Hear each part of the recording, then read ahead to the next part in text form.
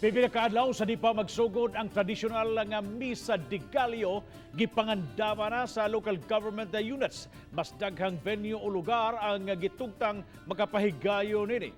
Adunay live report na si Nico Serino. Nico.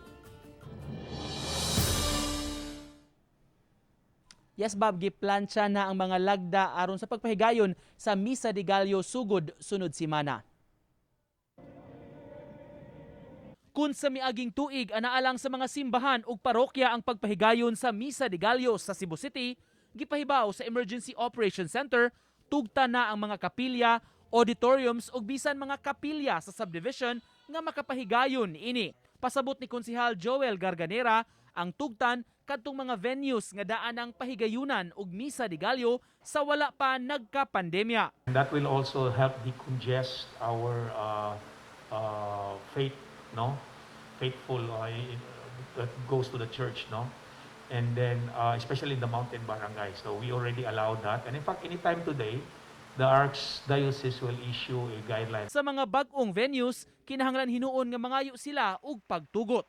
Pasabot ni Garganera, ang mga bakunado ang makasulod sa simbahan mismo ug ang mga non-vaccinated mamahimong anaa sa gawas. Church and the city did not, shall we say, prevent them, the unvaccinated, from no, it's not. But for their own safety also, it's better for them to be in the outdoor setting, no?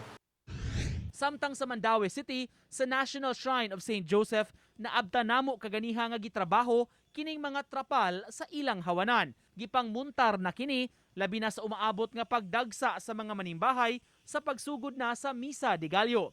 Nakamiting na sab ang taga-simbahan ug city government kabahin niini. Gikonsidera ang pagsaulog og duha ka schedule sa misa sa kadlawon ug kun mahinayon i-adjust sa LGU ang curfew. They're still finalizing the schedule. If it will be a 3 a.m. Mass or a 3:30 a.m. Mass, and then ang usa nga Mass at 5 a.m. So mauna ay ilahang i-schedule aron dili kay magdugok ang mga tao sa usa ka misa sa kadlawon. Laing gituki ang paggamit sa mga open grounds o parkingan sa mga simbahan alang sa katawhan nga dili makasulod. Karong hapon lang gyud ba mipagawas pinagi sang social media account ang Archdiocese of Cebu sa mga lagda nga tumanon sa pagpahigayon sa Misa de Gallo. Doon na sila gi-suggest nga pagpahigayon og anticipated mass magabii og mamahimo sab sa mga simbahan magdepende sa kura paroko kung tagduha ba ka schedule sa Misa de Gallo sa kadlawon. Bob? Dahan salamat Nico Serino sa imong live report.